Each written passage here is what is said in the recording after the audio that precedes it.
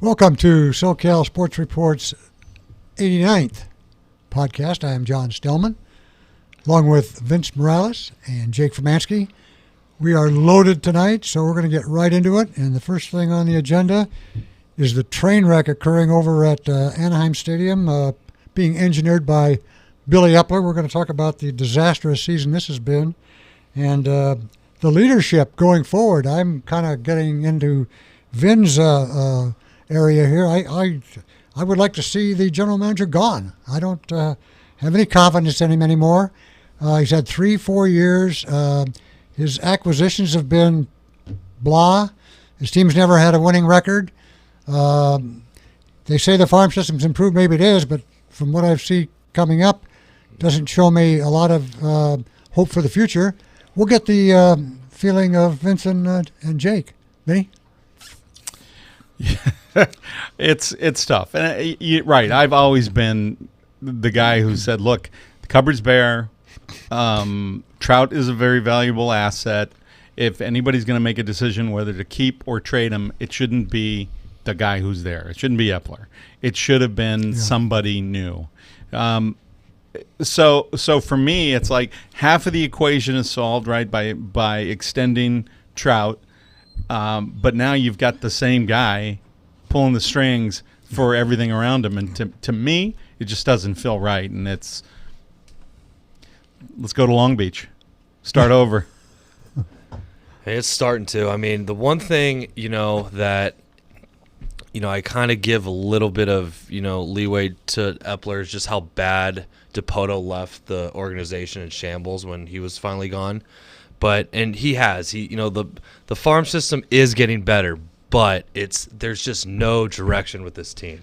I mean, you can't keep signing 1-year contracts to guys that are, over the bridge already. It's like, I almost feel like as Angel fans, it's like, I'd be okay with, cutting the Upton salary, cutting some of these other guys' salaries. I mean, the Pujols you have to live with, and just basically just blowing it up and just rebuilding. Because everything you read and hear about is that, they're going to have all this money next year saved up, and Adele's coming up, Calhoun's going to be gone. So it's like, I mean, for Epler, and this free agent pitching class is going to be huge next, in this offseason and the offseason after that as well. That's where I think if he doesn't make a splash, I think then, he's got to go. Yeah. Okay, I'm just going to interject. It's the same thing that I've said again and again. It's like, do you trust Epler to take that next big step for you? No, I don't. No, I don't. Anymore. So it's like I think that feels sort of right. That okay, if he doesn't do it afterwards, he's gone. But you've dug yourself a whole big deeper hole if you get to that point where he can't turn it around. Yeah. And then what? Then where are you? I mean, for Dodger fans, we sort of tried to black it out of our memory, right? But before the McCourts came in, that ownership team, group was just not doing anything. They wouldn't pay any free agents. They weren't bringing anybody in. They were trying to rely on their farm system, and then just losses kept piling up. And then the McCourts came in and they screwed everything up, and Major League Baseball forced them to sell. And it looked bad. It was really bleak, but they turned it around, right? They turned it around. They've become big time. This program that has won or is close to on their way to the 7th straight Western Division title, and that could be the Angels. It could have been, but if you put the wrong guy in, you get a little bad luck. It's just I don't. If it's not Epler's fault and there's bad luck, then maybe he's just unlucky. Sometimes you just got to fire a guy because he's unlucky. Maybe he's not bad, but maybe he's unlucky. I just don't like any of he's known since last winter they needed a top of the rotation guy. That's true. And even with Skaggs, they still would have needed a number one.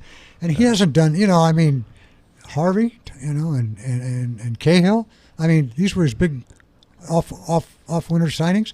I mean, this guy has got, they were playing well. They won the second Dodger sweep, and they went on a went on a roll. They won 5 straight, lost 3, then they won 4 more. They were 9-3, and after that Dodger sweep, and it just seems like when he didn't do anything at the trading deadline, they quit.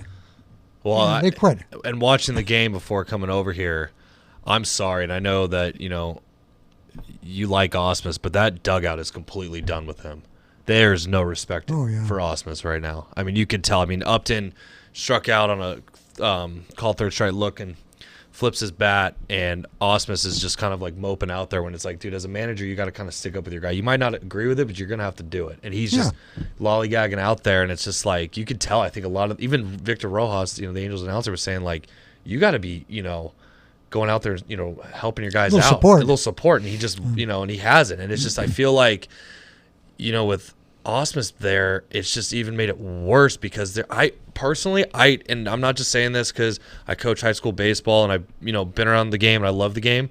I really don't think Brad Osmus knows how to manage a baseball team. I really don't. I think he literally just got lucky in his career, got a team, didn't do well with the Tigers, hasn't done well, now with the Angels because he's just a yes man guy. I mean, at least with Socha, the last 6 years with Socha, at least you got a guy that was going out there, and at least those teams are competing.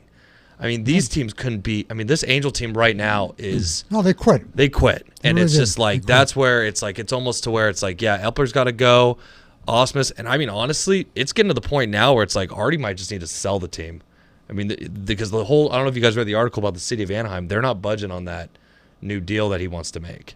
Yeah. So it's like, they're still, the city of Anaheim's still upset about the whole changing of the name. So I don't know. I think there's a lot more issues than, Epler and, where this team's going. Because I think it starts from the top and it's getting worse as it's going down. Yeah. It almost felt like, it felt like Moreno Sorry, I feel a lot better. Was good. It felt like Moreno sort of had his finger on the pulse of the city and the organization there for a while, and then it just felt like he knew what he was doing, right? And it felt like, wow, this guy's gonna make a difference for Anaheim and for the Angels. And then the next thing you know, he's trying to appropriate the Los Angeles market and the Los Angeles name, and I know that struck some Angel fans wrong. It struck a bad chord. And then it just felt like he was hands off, or he wouldn't agree to any of the big, signings, and or when he did, they come back to bite him in the ass. And now I think it's sort of rudderless. You've got to have the structure there. I mean, we've talked about it, right? If you look around and you see guys like Roberts, who's a baseball guy, right? But he comes in and he's immediately got teams that are just playing lights out. You've got Cora, comes in, never managed before, team plays lights out, right? Boone comes in, team's playing lights out. That's not. I mean, 20 years from now, we're going to look back and we're going to say, it wasn't their managing, it was the front office. It was the whole dynamic of analytics, performance analytics about new hitting philosophies, the Skoyaks of the world, those sorts of things. That's what's going to be the change. It wasn't that the guy was making the right moves. They're looking in their hats and finding out where to play based on the statistics, and they're moving guys around based off the statistics, and they're putting lineups together based off the statistics. That doesn't take a lot, right? No. But sometimes it takes somebody who's got a little bit of a sense of how the game is played. And sometimes you see where Roberts has sort of grown into that some of his instincts start to kick in. And that's easy when you've got some really good talent. But for a guy like Osmus, who doesn't have that same kind of talent, when he does something that maybe is instinctive and it turns out wrong, he just looks like dumb. Yeah. And I mean, I don't know if I couldn't play for a guy like that. Just how his aura is on the bench. It's just like you don't want to run through a wall for that guy. It's just I don't know. It's like he's just like sometimes he looks like he's just clueless, or like he'll try and be the the cheerleader with the pom poms, and it's like guys are like, what are you doing? Yeah, there's just certain times when you're watching the season, you're like, what is what's their thought? I mean, literally, it's sad, but I'll buy any Angel fan a beer right now. They can name the whole the Angels coaching staff. Besides Gallego. I can name last year's. Yeah. I mean, literally, these are all half his surfing buddies that he surfs with. I mean, it's like, that's the thing. I don't know. There's just no, culture, I feel like, in that dugout. I just remember when the Dodgers weren't playing particularly well and didn't have a lot of talent and were hitting the skids and they weren't paying for any free agents and improving the team. I just remember, Torrey sort of pulling out his card and looking at it, and you think, God, Torrey's a good manager, but then he'd look at the card and go, Look at this crap I've been dealt, right? This is a ham sandwich. I can't make chicken salad out of chicken shit, right? Williams. It's right. You can't. And so I think some of it is Ausmus. I just don't think he's a particularly good manager, and I said it from the beginning that he underachieved with some pretty talented Tigers teams. Yeah. And some of it is just the fact that when he looks at that scorecard, there's not a lot. No. Yeah. There's just not much. Yeah. And you got to dance with the girl you brung, and that girl is got 2 left feet. Yeah, I'm not that impressed with all the minor league talent that's come up. Rengifo. No. I heard Victor the other night on an interview saying that he's asking about next year. Oh, he'll definitely be in the mix. He'll be on the roster. He ought to buy a house in Salt Lake City, take out a 15-year mortgage. He'd be a nice AAA player. Let him spend his career there. Seriously. I don't like, and if Tommy La Stella comes back and doesn't play second base, I don't know. He is, and even Theis, as great as he's going to be, he's not there yet. No, and he's actually kind of disappointed me because they were high on him when they drafted him. He was a top prospect, and it's like, I know it's he's going to have some growing pains, but I don't know. It's kind of a blank look when he's out there.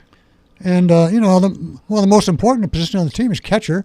He gets rid of LaCroix, who was hitting, 207, and gets the guy from Houston who's hitting 105. And then you get rid of Gardeau, who gets picked up immediately by Oakland. You got Kevin Smith, who's hitting below the Mendoza line. I don't understand. I just don't. Some of the moves are confusing. Well, and that was the game, too, during the deadline. I think it was against Detroit or Baltimore, where they were showing, FSM was showing, Epler going up his suite and he was rolling up his sleeves. It's like, you had a tough work day today? You made one transaction. It was a catcher who's barely batting a buck, 20. Right. That's our only big move. And your assistant could have made that. Yeah. For him. I mean, you need a cocktail after that. That's ridiculous. I mean, and you can't. There's not one team that wants Cole Calhoun. That's pretty sad. Yeah, when he's hit 20, he's hit 27 and driven in 60-some runs. Somebody would. Good defender. Good assist guy. It's all. Odell's in AAA. He'll be up in September. And that's going to be the guy. It's like, that's where I thought it's like, dude, just even for cash considerations or whatever, just do something. Yeah. I don't know. It's pretty sorry. I can't believe that they didn't even give Dino Ebo an interview. That was when they were, thinking about a manager. They'd made the decision, right? Yeah. When they brought Ausmus in. Well, yeah. In July or August of last year, the writing was on the wall. Yeah. So even if they had given Ebel an interview, it would have just been window dressing because they knew what was going to happen. They knew who their guy was going to be, and everybody knew it when they hired him into the front office. So, I agree, though. It should have. I thought it. I wouldn't mind Dino Ebel. No. He was with the organization for 20-something years. Right. He's aggressive. He's got a great attitude. Oh, yeah. He's a good company guy. Yeah. But again, it goes like I say. It starts with Epler. Maybe you already should clean house or sell. One or the other. Yeah. It's. They just quit. They were 9-3. They came home and they had 7 games against Baltimore and Detroit, 2 last place teams. Yeah. And I said to myself, I told my wife, I says, they're going to win at least, they should go at least 7 and. Well, how many games they have? They had 7. 6 out of 7. Should go 5-2 or 6-1 at least. And they just quit. And then they go to Cincinnati. They can't win a game there. It's just there's no emotion, there's no enthusiasm. I mean, Trout does it. Trout's Trout. He does his thing every night. But I'll tell you what, the rest of these guys just quit, just gave up. I mean, your GM doesn't show you any support by making a deal, at least something that would be valuable to you. I mean, especially when after they lost Skaggs, they needed pitching even more than that. Yeah, I know. And is their farm system that valuable that they can't give No. up somebody for a starter? Therein may lay the rub, right? It's maybe they didn't have anything that anybody wanted, and they just couldn't swing that deal. So what you have to hope for, I think, if you're an Angels fan, is that if they're not able to go and dangle anybody out there to trade, then they've got to open the pocketbook and they've got to bring somebody in. They just, they're sitting around sort of moping about some heavy contracts and right with the Pujols thing and just other contracts that are just anchors, right? But you got to get past that. Yeah. Yeah. Pay the luxury tax Yeah. and do your best.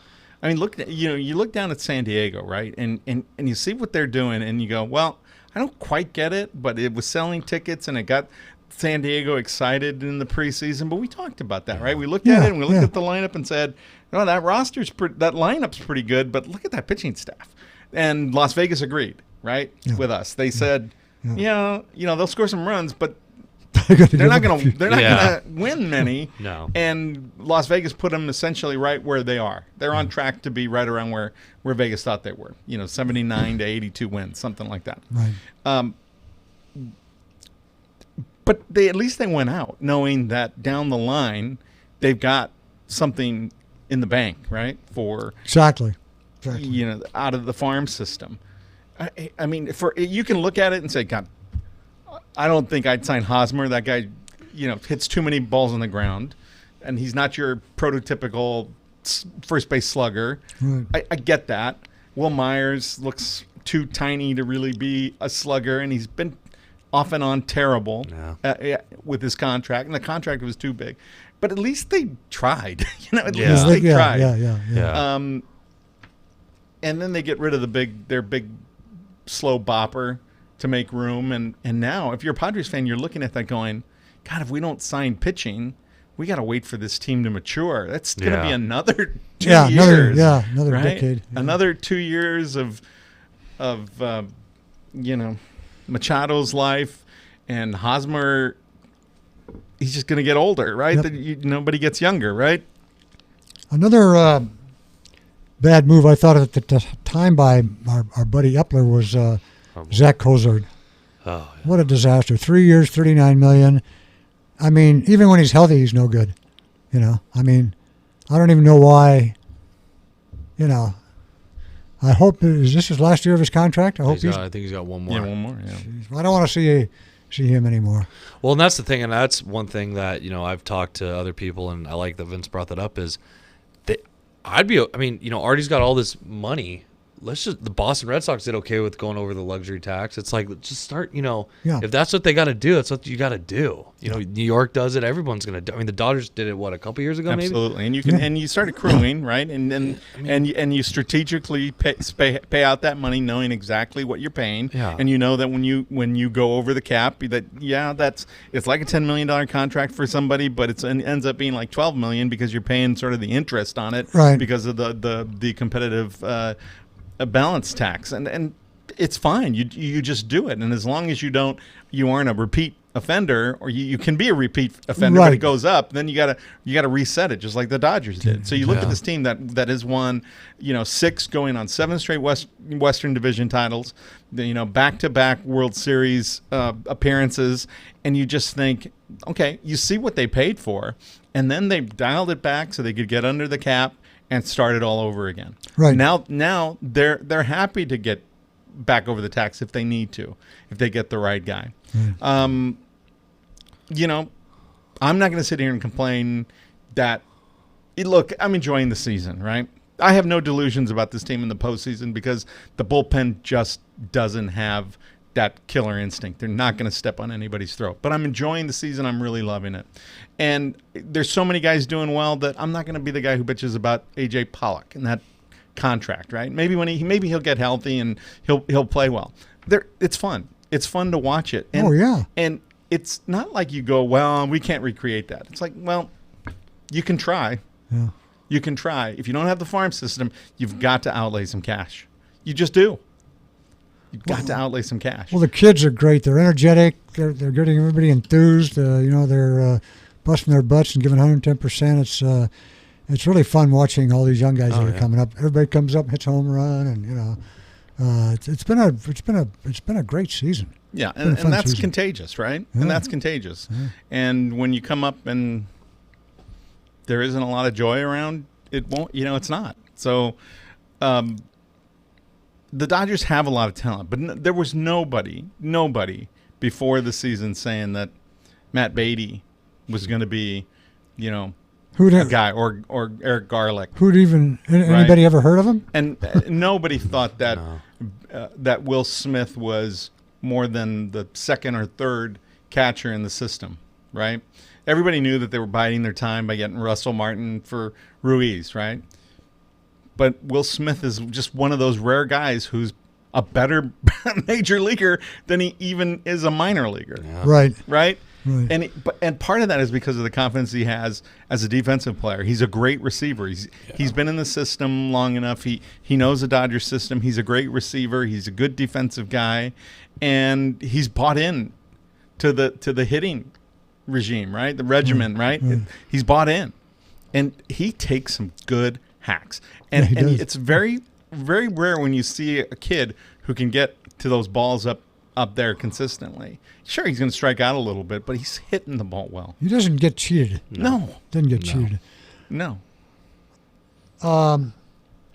What you mentioned pitching might be available during the winter. Who's Syndergaard's going to be on. Okay, so Garrett Cole. It's Garrett Cole, Syndergaard. I think Bauer is up, or that might be the year after. And what's his name? Wheeler.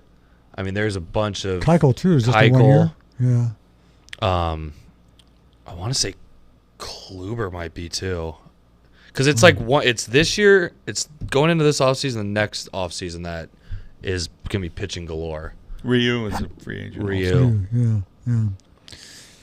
Dodgers get Taylor and Kiki back. That doesn't hurt any. And Taylor doesn't look like he missed a stride. No. I mean, he had a great first game back. I mean, it's just been stunning what they've been doing. And again, there's this part of me that is like, look, I love it. Well, other years I've been thinking, God, this team is really built to win the World Series. We're going to get there. We're going to win the World Series. It's like now the roster is, but the bullpen, we still got guys. There's just too many guys that you can't depend on to be consistent in the middle innings, right? You bring in a Caleb Ferguson and you just know the guy's going to walk the first guy. And that sort of thing, when you're up 9 runs or, you're on a road game in July or August, it's not a high-stress situation, but you can't afford those types of errors and mistakes are exacerbated in the postseason, right? Yeah. So when Kenley can't hit his spots and the intensity is higher, there's a bigger chance that he's going to blow a save. So I'm going on record and saying whatever I get out of the Dodgers from this point forward in the postseason, I'm happy with, right? I feel like what a great season. I've really enjoyed it. Last year I would have said, yeah, it's a great season, but we got to win in the postseason. You're one of the guys that gets to watch it? Yeah. Well, no, after the fact with my MLB, I got to wait an hour and a half till the game's over and then watch it on a delay, so I get to watch the recording of it. I heard on the way in interview with Alden Gonzalez, who covers the Dodgers for ESPN. He was saying, the Dodgers really aren't concerned about wins or losses right now. They've got this thing locked up. It's 19 and a half games. They want to turn their attention to October, get themselves ready for, the postseason. I disagree with that. I mean, the Dodgers and the Yankees are tied right now for the best record in the majors. Mm-hmm. I think it'd be a good idea for the Dodgers to have home field in the World Series. But you've got a great home record. Yes and no, right? Yes and no. I mean, obviously, yes. but you also don't want to pull your hammy stretching to get that, right? You're going to win games, and if you can win the same amount of games, the Dodgers are, I don't know, 7-3 in their last 10 or 6-4 in their last 10. They've won a lot of games, right? With throwing guys in. Don't hurt yourself trying to get there, right? It's whatever happens organically is fine. I don't want the Dodgers. I mean, that's why I'm sort of concerned about them playing Pollock right now. Yeah. With the groin strain, he's even admitted that he's not 100%. But again, they're trying to get him at bats, right? They're trying to get him at bats. They're trying to keep him sharp. Look, I don't care if the Dodgers have home field advantage in the World Series. I know that's a big deal for some people. I just don't care. I would rather have them figure out how to get Kenley's head right and get him on a cadence to where, he feels more confident going in. He's sharper and hitting his spots, and where they got Joe Kelly dialed in, and they kind of figure out who their setup guys are going to be. I have no problem with that. I really don't. But again, if it comes down to the point where you had to play Game 7 on the road because you were playing Jed Jerko, right? Because you were trying to figure out if he's going to be a righty bat to help you out if Freese can't come back. In retrospect, it's going to look like crap, right? I get it. Yeah. I get it. But yeah, right now it's just fun and games, right? They're just so dominant at home. I mean, they're just so dominant at home. Completely. It completely dominant at home. But again, it's you get your staff dialed in. You move some of those guys into the bullpen, the Mays, or maybe Gonsolin and Urias.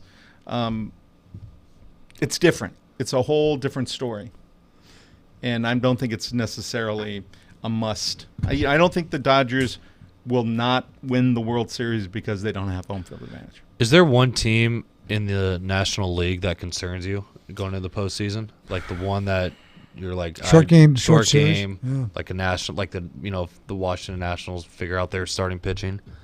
I think it all comes down to who's got the best starting pitching. Yeah, and I don't look at the Braves and think that's a dominant rotation. Their lineup concerns me, right? And I look over at the Brewers and their lineup concerns me, but their pitching hasn't been stellar, and they're still fighting over there.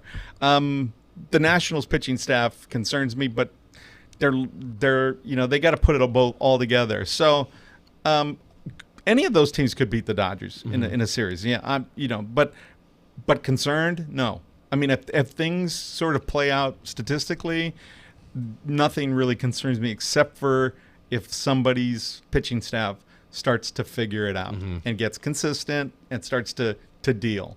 And if you hit a team whose staff is starting to deal and they dial it in, that's the concern.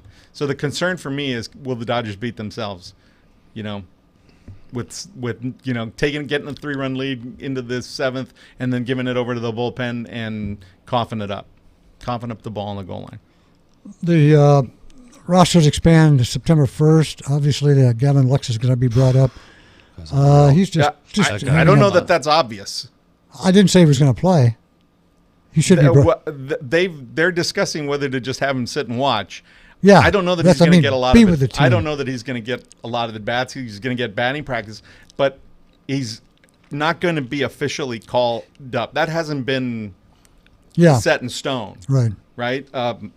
It's weird. It's weird because he's one of the hottest hitters in minor leagues. He's already shown. I'm better than that now, and it's the reason they left him down there. He just wouldn't have got enough at bats up here. It's easier to do it with a Beatty or, a Garlick or Smith, but with Lux, he's the real deal. Yeah. Right. So they want, when they bring him up, they want to put him in and get him at bats. So, Justin Turner's 36 years old, right? 35. He's old. Not very many years left. You've already seen his power numbers come down. I don't know Lux is a shortstop, second baseman? Do they move Seager to third? Is Muncy a third baseman? Something's going to have to happen Right, over there. exactly. Yeah. Right, to make a spot for Lux, because he won't be with the big leagues and getting big league at bats until he can have consistent at bats. Yeah, exactly. So that's why I'm not convinced that he's going to be with. He might be there I think he'd as be a up, but- spectator, yeah. but he will not. He probably won't get it back. Right. Would Dustin May be up?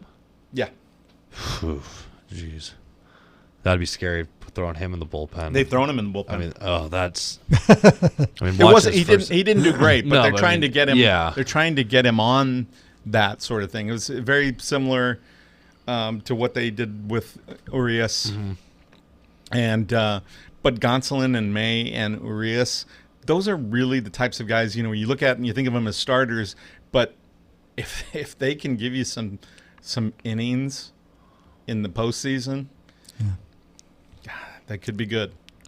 Yeah, that could be real scary too. I mean, It changes the complexion yeah. completely. I mean, it's almost to the point where you wouldn't even need Jansen. If you think about it, you could have one of those three guys. I mean, Or if you have Or one of throw them, 'em- if you have one of them and you give it to Jansen, you at least can say, I don't need to just stick with him Right. to let him implode. yeah. Right? Was Urias's 20-game suspension for domestic violence, was that, you feel fair, or?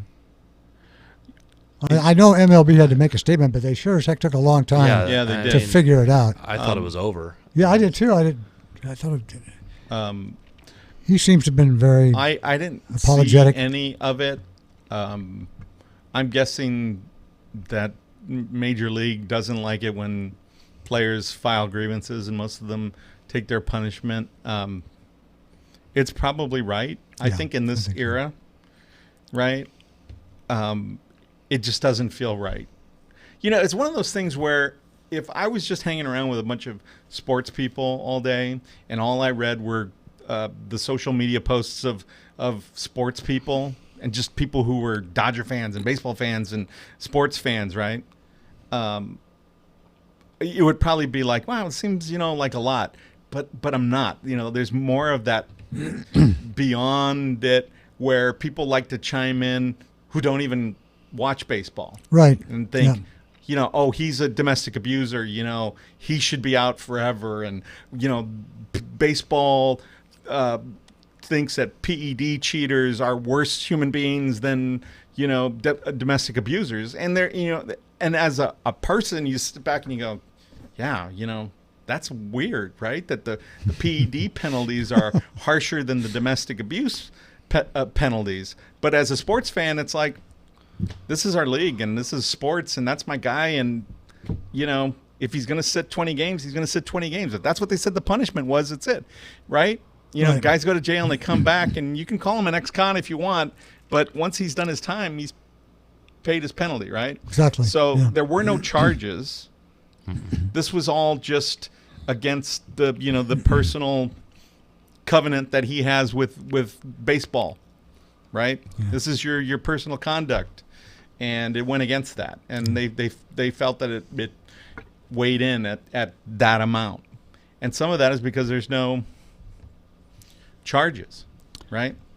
But I don't know, right? There's the husband and the father of daughters who thinks, God, I think it was fair. yeah, That was fair. so. But according to what Major League Baseball has decided over the past, it's fair. Looks like we're going to have the both MVPs this year. Would be Trout pretty cool. and Bellinger. That'd be sweet. That would be really nice. Trout's having an amazing year, and there's really nobody else, close. And even if you go to a contending team, I mean, I know a lot of people say, well, the Angels aren't going to make the playoffs, so how can Trout be that valuable? Well, they should have two awards: the best player in the game and the most valuable player. But still, I mean, you put up monster numbers like that. I mean, it's not his fault that he's surrounded by a bunch of clowns. And that's the argument that I always make is that it's like, look at who they've got around him, Yeah, and how many games do you think that team would have won without seriously. him, right? yeah, exactly. So Trout is absolutely the most outstanding player. Sure, you can make an argument that he's not the most valuable because his team is not winning, and I get that. And people will make that argument, but he is the most outstanding player. And watching Bellinger, he's for sure the way that he can play and where he's an outstanding first baseman. He's an outstanding outfielder. You can play him at center, you can play him at a corner outfield, and you can play him at first base. He's just fantastic. Yeah. 42 home runs and 100 RBI. But the defense is really the defense and the arm and just the extension of that and his speed on the base paths. Doesn't steal a lot of bases, but he will score. Exactly. Yeah. On a Very single, aggressive too. From second, and he'll score on a double from first. Yeah. Yeah. Two pretty talented. I think athletes. people would argue Acuna and Yelich for their things, but if you're just looking at offensive numbers, sure, it's a competition. But for what he does defensively, there's no contest in my mind. People have to take into consideration the entire player, not just what he does on the offensive side. Yeah. All right. Let's talk a little bit of Lakers. How are we going to replace Boogie, baby? A lot of names floating out there, and a lot of opinions here, there, and everywhere. A lot of people want Dwight Howard back. Has he mended those bridges? He says he wants to come back. The Lakers apparently say they want him back. I'm not so sure I want him back. unless LeBron and Anthony Davis can, have a little sit down with him. Yeah, I read something. I can't remember who. I think it was Arash Markazi that may have written it and saying that Dwight Howard isn't the villain that LA thinks he is. The fans think he is. He got him. They signed him and the Lakers were able to extricate themselves from a big, large Bynum deal, right? And Bynum played 26 more games and then was out of the league. Right. And then Howard played his year with the Lakers and then decided not to sign a max deal. And he really hasn't been the same after. No. So, Markazi is suggesting, look, he did us a favor. He's not a villain. But that doesn't quite capture what we saw from him. We saw a guy who didn't seem to take the game seriously, who didn't deserve to be wearing, forum blue and gold. He just felt lazy and like he was having too much fun, and it wasn't sort of like Magic Johnson, I can be fun, but I also know when to dial it in and get laser focused. Dwight Howard just seemed like a clown. And that's why he's a villain, right? Because he was a clown. Right. And we're glad that he got us out of the Bynum thing. And we're glad that he didn't sign and we didn't have to give him $120 million in the max contract when his game was going down. But we think of him as a villain because he was not worthy. He wasn't worthy wearing forum blue and gold. Now, that being said, we don't have a lot of options. It's, Joakim Noah, Yeah. Who else is out there? Got Gortat. Marie Spites. Gortat. Howard. Yeah. I mean, I'm sure there are other guys out there. You need somebody who can defend the rim a little bit. Howard can defend the rim a little bit. You need a guy who can play pick and roll. He can play pick and roll. He's not going to spread the floor and get you any of that sort of game. Right. But right now, the Lakers don't have a lot of options. That's right. They need to sign somebody. If it's Dwight Howard, I'll be disappointed because, again, I don't think he respected what it was to be a Laker. To be a Laker. I just don't. I think he's a clown. But the Lakers are beggars. Yeah, he may be the best of what's left. Yeah. Well, and that's the problem too. Listening to what was it, AM 710 or whatever, and they were talking about it. It's like, well, maybe LeBron and Anthony Davis can talk to Dwight about it, and it's like, you don't even want to have those discussions anymore. Like, we'll calm him down. It's like, no, he should be mature enough now to be like, wow, I really, screwed this situation up. Yeah. That's where it's kind of like, don't even take him at this point. Shouldn't need a talking to. No. He's a big boy. He knows what he did. Well, I think that's the point, is that Laker fans never saw Howard as an adult, as a grown-up. Yeah. And if it's still at a point where he needs talking to and growing up, pass. They're also talking about that Kenneth Farad. Yeah. He's a little shorter. I think he's 6'9" or something, but a little younger. But it'll be interesting. They need somebody, and then we'll see. They'll fill the roster with somebody, and I don't think I don't know what it's done to the number in Vegas. I didn't check. But again, there's a part of me that says, look, everybody just dial it back a little bit. Anthony Davis likes to think of himself as a 4. That's where he excels. That's where he wants to be. Doesn't want to play the 5. Last year when he played the 5, he was damn good at it. Right? When he had to play the 5 because of the same situation where Cousins was out, he was damn good at it. So if you can just get Anthony Davis to suck it up, Buttercup, and buy in, he can be the 5. He can defend the rim and be the 5. Spread the court and be that guy. So let's not panic. He doesn't want to be the guy, and it may force him to just say, yeah, I'm not going to do this for another year. I'll go someplace where I can be the 4. Or you got to assign somebody to be the 5. But he can play the 5. He can be the 5. He's big enough to be the 5. He's big enough to defend at the rim. Yeah. So the Lakers are fine. I don't know if that's championship fine, but they're fine. Rams and Chargers are halfway Wait, before through. you get to football, the Ty Lue thing. Oh, coming down with the Clippers.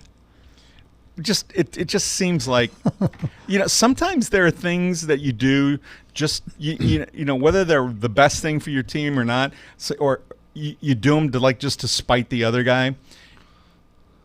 I don't know if Ty Lue is the right heir apparent to Doc Rivers, but that's what it feels like they're doing, right? Mm-hmm. And they're pushing all in this season around Kawhi, and F you Lakers, look who we got, and now look, the guy you wanted as your head coach is now our heir apparent, and he's going to be our assistant. And it's like, if you signed on to be an assistant, you should have just signed on to be the head coach. So to me, it's like, it's a big middle finger, and it makes it look like the Clippers are just, doing these things and sort of excelling. But it feels a little too contrived, right? I mean, Are you ready? I mean, are the Clippers ready to announce who their heir apparent is? Because that's what it feels like to me. And is Doc Rivers ready to retire next year or 2 years? How happy is Lou going to be just being the guy, who's second in command? I know that Rivers and Lou have a good relationship, but to me it just feels like sometimes you can go a little too far trying to spite the other guy, right? Yeah. Why would you want to do that? And for Lou, and then it makes Lou look like that's what you settled for. You settled to be an assistant coach because nobody else wanted you as their head coach, and the Lakers almost made you their head coach, but you wanted more years. And now you're settling to be an assistant coach, and he's going to spin it because he's like, well, Doc is my friend, and I love this organization. Yeah. But to me, it just looks like, man, you're still a little brother. You're still a little brother, right? You wanted 5 years because you didn't want to be patted on the head by LeBron, right? Yeah. Okay, I get fine. Does it make their staff better? Sure. Look, I think Lou's a pretty good coach. Yeah, I guess. I think he coached with Doc, didn't he coach with him in Boston? Yeah. Yeah, they've coached together. They're friendly. They're friends. All right, Chargers and Rams. I'm not a great fan of preseason football. I'm not a fan of scrimmages. They're broadcast as preseason football when nobody plays. Is there anything to take out of these games at all? Or we just wait for the opening day? I think you got us opening day. Yeah, I just don't. It's great that Gordon's working out and he's waiting on that phone call. I mean, that's probably the only news. And we'll probably get these guys for one series in the fourth, in the final. In the final, I see the point of it. I see the point of it. I mean, why do you want to get a guy hurt when in a meaningless game? And yet the Chargers have lost the linebacker and the Rams have lost the linebacker, and that's just what happens in preseason. The only thing that I watch for, because I can't sit and watch a full preseason football game. I mean, I can sit and watch any two teams playing NFL football on a Sunday, and I enjoy it when it's meaningful. But I can't watch an exhibition game. I watched a little bit of the first quarters of the game when I knew that Henderson was going to be in the backfield. They were going to be giving it to him. They threw a nice wheel route to Henderson, the kid from Memphis. And I think he's going to be a good complement to Gurley in the backfield. But there's very little to glean from it. No. Yeah. Let's just say this. I wouldn't make a wager on an exhibition. No. Like, I can't believe they give odds. I mean, I might, but I wouldn't want to. No. I might do it just to have action, Yeah. but it wouldn't be a big bet. Why does Vegas come out with lines for exhibition games? I mean, people, I guess, Because there are saps. Yeah. There are plenty of saps. Because when you're in Vegas and you got nothing, you don't want to just drop your money in a slot machine. You say, I'm going to bet the Bengals Browns. And your two-teamer for baseball didn't hit, and Right. you want something. And you're else. chasing it, right? Yeah, And we've all you're been chasing there. it. And then you're doing chariot races at 11:30 at night. And then you're looking at MLS and thinking, Yeah. yeah, exactly. Can this Bet game the go over. Yeah. Can this game go over? Vinny, how are your Trojans looking so far? I see they finally decided on They JT did. as a They quarterback. did. And I think the controversy here, and as a San Clemente guy, I'm disappointed for Jack Sears, who it seems like he's fourth on that depth chart. Sound like it, looked like it. That's what it looks like, and some of that may be injury related, but it's still just a bad look and a bad feel, and you can already sort of feel, Sears is going to be graduating in December and probably enter the transfer portal then for sure, and if not earlier, and go somewhere and be somebody's starting quarterback. Yeah. He has too much talent to be sitting at the number 4 Yeah, I'm spot. surprised Yeah. that And it's disappointing. I didn't know much about Slovis. He's from Arizona, and just wasn't a highly rated. Yeah, I mean, he was I've number never- 16, I think, in the state, and number 256 prospect, overall. And he's impressed them, which is sort of one of those sort of scary, chilling things. We were talking about college football, and you're not sure where the Irish are right now. And if JT Daniels did not distinguish himself until just now, at this point, 10 days before the game against Fresno State at home, and a kid who was not even a top recruit is the number 2 guy, Yeah. that is scary. And it doesn't bode well, and it feels like a 6-win season to me. And thanks, JT Daniels. Why did you come out early? Why did you, reclassify to get in early? You may just be holding a clipboard for Bryce Young next year. it seems like Sears said it transferred maybe a year ago or 2 years ago. At least get a chance to play. Well, I he mean, redshirted 2 years ago I when he know. was behind Darnold. so was he a redshirt sophomore now or He junior? is. Mhm. Sophomore. He is. He's a redshirt sophomore who will be able to graduate in December. And it was Yeah. it was smart of him to do, Mhm. right? Smart of him to do. He'll play somewhere. I'm just hoping it's not the Pac-12. I'm hoping it's like Boston College or Villanova or something like that. But it's disappointing because Oh, yeah. I think the offense at times will be fun. That offensive line Good receiving core. is the receiving core is fun. It's a matter of whether they can run the ball, and the offensive line just doesn't feel dominant to me. We'll see. I don't think the first game is going to tell us anything. The Trojans are 13.5-point favorites and against Fresno State, who has lost quite a bit from their team last year. Yeah. So that feels like an easy win, but it isn't something that I'm comfortable saying that they'll win by 2 touchdowns. Right. And defensively, there hasn't been an outstanding defensive lineman coming out of USC in years. They're just not good. They're just not very good. Is this the pivotal season for Clay Helton? It's a pivotal Is it season 6? for Lynn Swann. Yeah. Well, yeah, they got a president now. Yeah, finally. they've got a president now, and there are enough scandals out there for her to keep her busy until this team shows who they are. And by the time they show who they are, late October, early November, we'll know the fate of the team, and we'll for sure know the fate of Swann. And if Swann's gone, then the new athletic director comes in, and then they'll make a decision on, who's out. And so I think 100% it's a pivotal year for Swann. I think he's gone anyway, regardless of how well they do. Clay Helton is 50-50 in my book. I wouldn't mind handing it all over to Graham Harrell. I wouldn't mind a tarmac firing of Helton and Swann and Harrell taking over. I just wouldn't. Yeah. Let's see what he can do. Exactly. I don't mind it.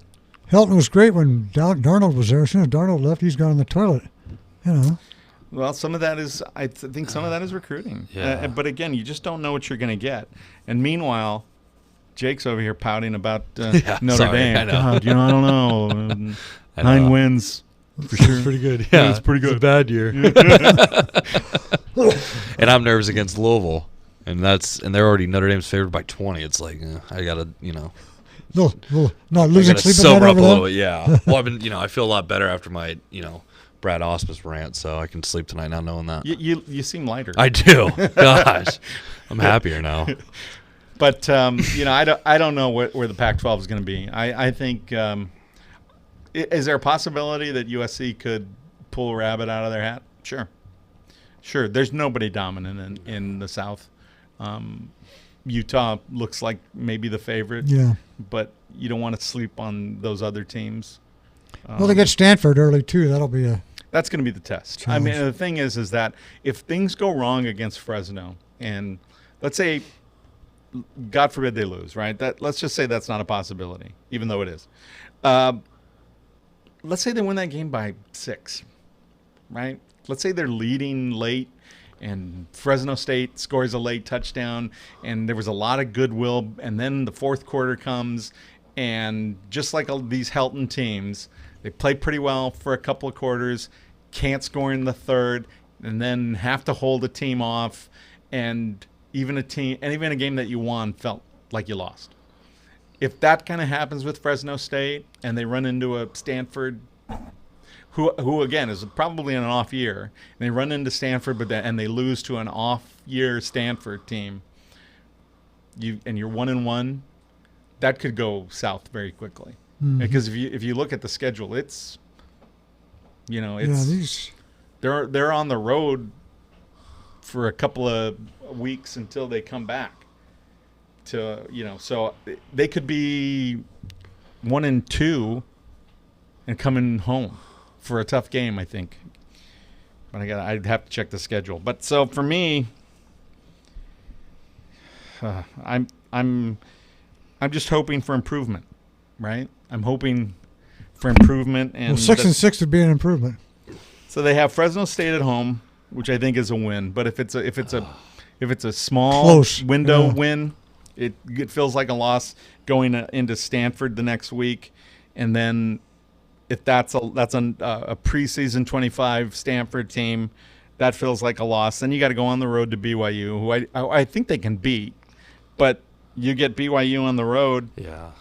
They could surprise you. Weirder things have happened. Yeah. Utah opens with BYU, I think. Yeah. Right? So we'll see where they're at and see if we need to be worried. And then we get Utah at home, which is probably the best thing that can happen to us. But if we can come out of it 2-1 close loss to Stanford, or even a win, and then that Utah game feels like that's the tipping point for the season, because then it's on the road at Washington, on the road at Notre Dame, home against Arizona, and on the road with Colorado. So now you've got that Utah game at home, and then 3 of the next 4 on the road.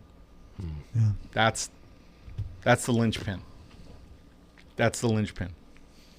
I think that the season could be a success, even if they lose to Stanford, by beating Utah and sort of putting themselves in a good position before going on the road against Washington, Notre Dame, home again against Arizona, and then They got UCLA in there somewhere too.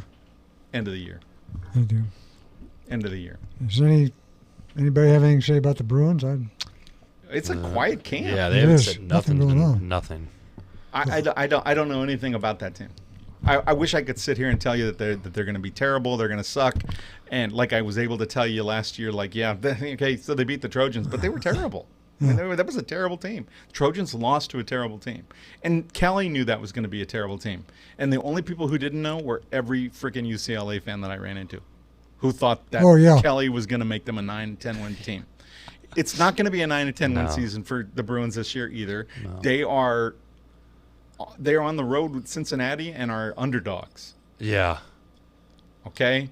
That should tell you a little bit about what that team is all about, right? Exactly. And so if you're a Bruin fan and thinking they're going to win 9 games, they're already a dog on the road in the first game. Yeah, that's... And again, your season's going to come down to, hey, they won 7 games, they're bowl eligible, and they beat USC, which is probably what's going to happen. Yeah. But they're not going to be good. No. And I think it's going to be a few years before they can be so good. Young too. But Kelly has never enjoyed recruiting. He's never really enjoyed college, frankly. I mean, No. He's been good when he's had the talent, but he wasn't the guy going out and pressing the flesh and getting those kids. It was his group of coaches. Nobody mistakes. How can you be a college coach and not like to recruit or not want to recruit? I mean, that's unbelievable. He belongs in the pros where you don't have to do anything. Yeah, seriously. Coach. Look, he'll have some success if he sticks around long enough. And he gets some of the right guys. But I don't, honest to God, and I'm not being facetious, I don't even know who the Bruins quarterback is. I was about to say that. I don't even think they even know. No. I mean, there's no like quarterback battle like you can read about. There's just not. I mean, it's literally just really dead quiet. silence over there. It's quiet. It's quiet. And well, it's weird. It's weird. I remember last year at this time I was the one saying to UCLA fans, "Cool your jets. You just signed a kid from Michigan who broke his back last year and is coming back, as a graduate transfer who, I watched on that documentary. Right. He was awful. I mean, he was bad. Good enough to beat the Trojans, but bad. Yeah. And I don't even know who they've got now. I really don't. Yeah. There was the kid that was a transfer from San Jose or Davis or one of those teams, right? The dad was it the one with the vocal dad? I don't know. Anyway, that running back he's still there. He was either a JUCO transfer or a transfer from UC Davis or some such Sacramento State, something. I don't know. He'll be pretty good. Right. But again, those Bruins teams tend to be small. They tend to have like a one overachiever. I don't know who any of their skill position guys are. I just don't. Yeah, well, you're not the only one. Yeah. It's unbelievable as it may seem. The MLS season is finally coming to a close. The LAFC hosts the Galaxy Sunday, final game. Never beaten the Galaxy, 0-2-2. Still dominating the MLS with a 42-point differential, plus on the plus side.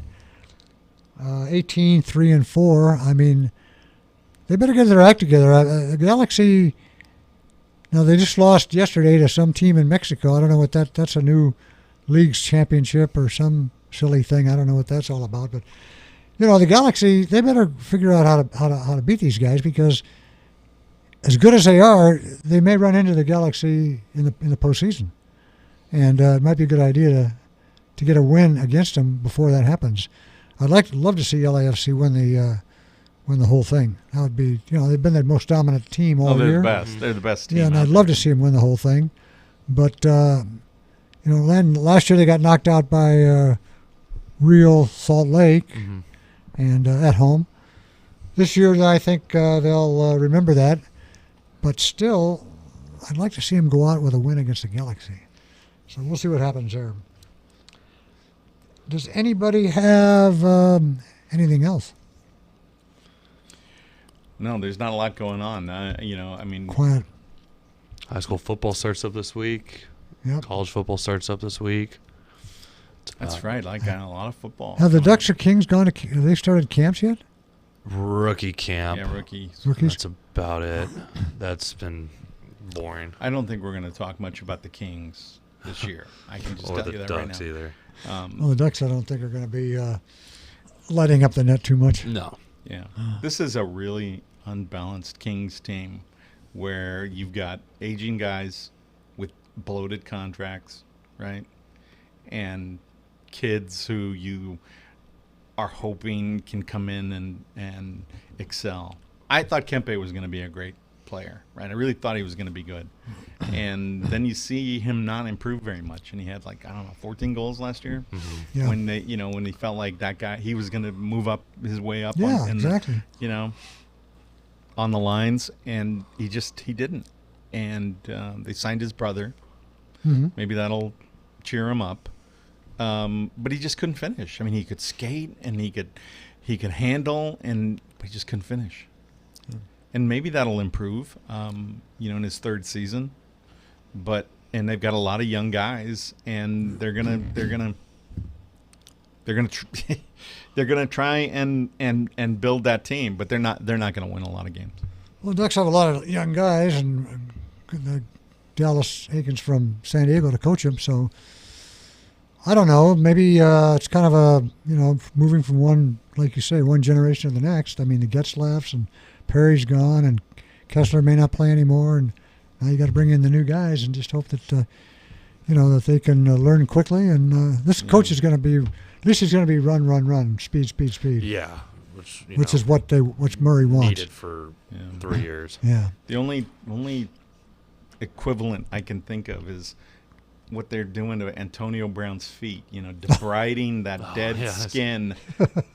So that new fresh skin can grow. That's what the Kings and the Ducks are doing. Yeah, exactly. Debriding. Right. If that's it, then we will be we're out. Good night.